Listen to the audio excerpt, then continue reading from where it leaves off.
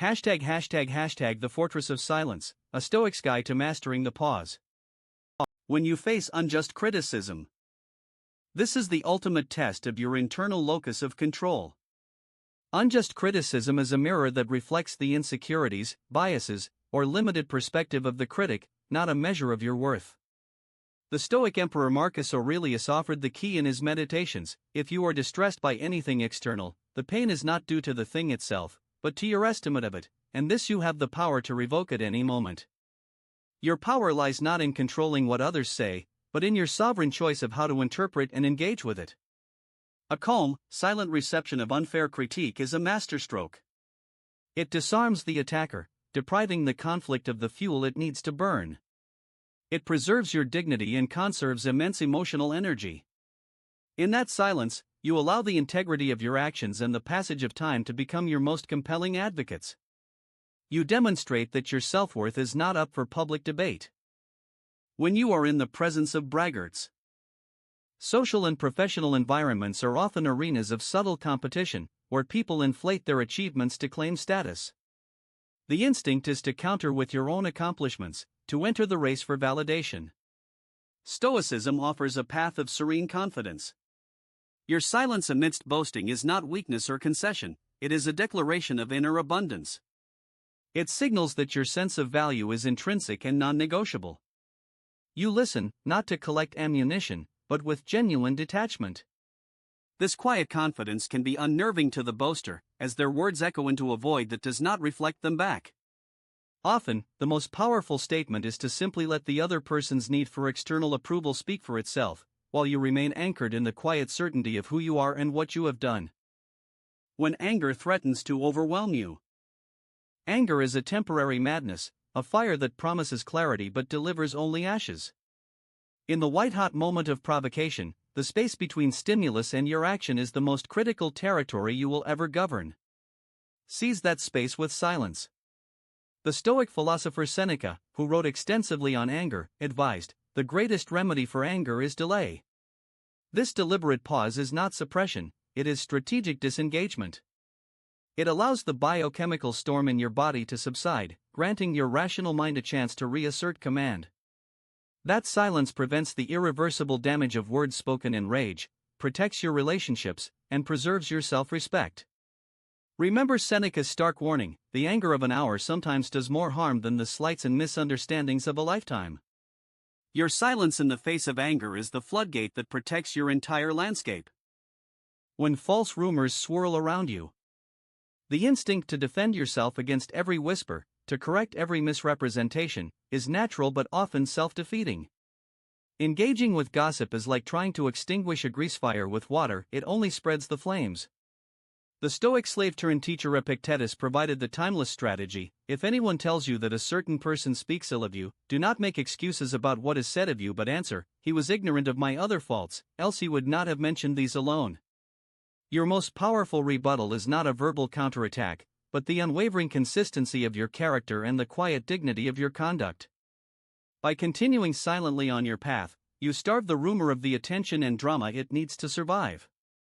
You allow the weight of your authentic life to crush the fragility of lies. When you confront profound ignorance. Debating someone who is deeply entrenched in their views but lacks foundational knowledge is a profound waste of your vital energy. The modern analogy is apt: it is like playing chess with a pigeon. It will knock over the pieces, strut about the board, and believe it has won. Stoic wisdom teaches the conservation of your spirit for worthy endeavors.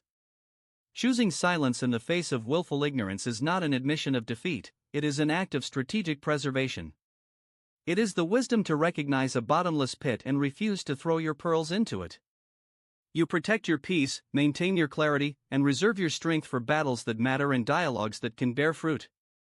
When you navigate the depths of grief and loss. In the hollowed-out landscape of loss, words often feel cheap, inadequate, or intrusive. This silence is sacred. It is not an avoidance of pain, but a profound act of respect for it, a space where the soul can process, ache, and begin its slow recalibration. The Stoics, often mischaracterized as unfeeling, understood this deeply. Seneca, consoling a grieving friend, wrote, "Tears fall, no matter how we try to check them, and by being shed they ease the soul." Rushing to fill this silence with platitudes or forced positivity is a violence against the healing process. Grant yourself the silent permission to simply be with the ache.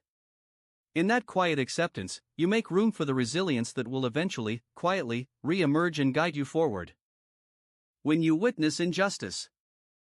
This is perhaps the most challenging silence, for it must not be confused with passivity or complicity.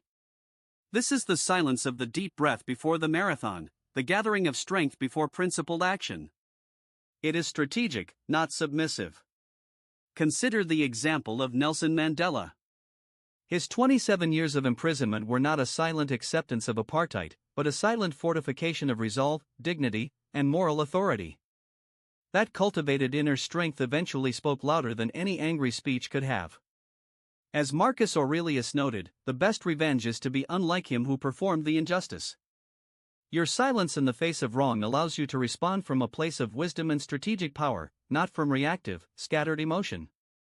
It is the quiet that builds the foundation for lasting change. When you receive a personal insult. An insult only holds power if you accept its currency.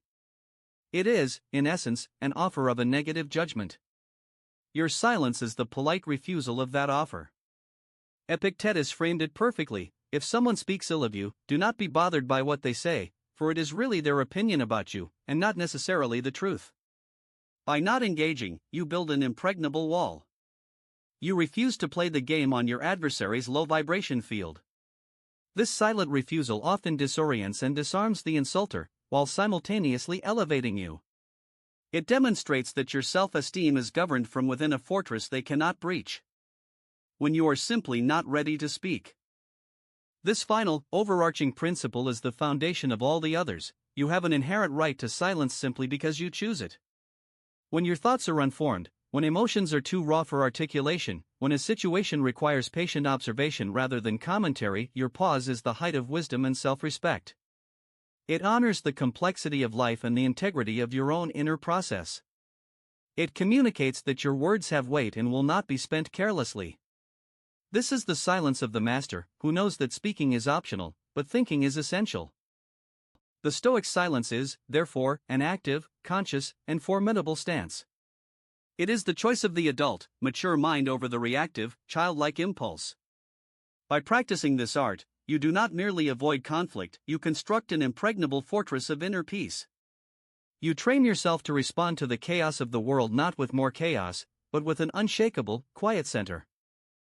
If these reflections resonate with you, we invite you to share your thoughts in the comments below. Which of these situations presents the greatest challenge for you to meet with silence? Subscribe to the channel to continue this journey together, exploring ancient wisdom for modern strength and tranquility. Until next time, in the pursuit of a wise and peaceful life.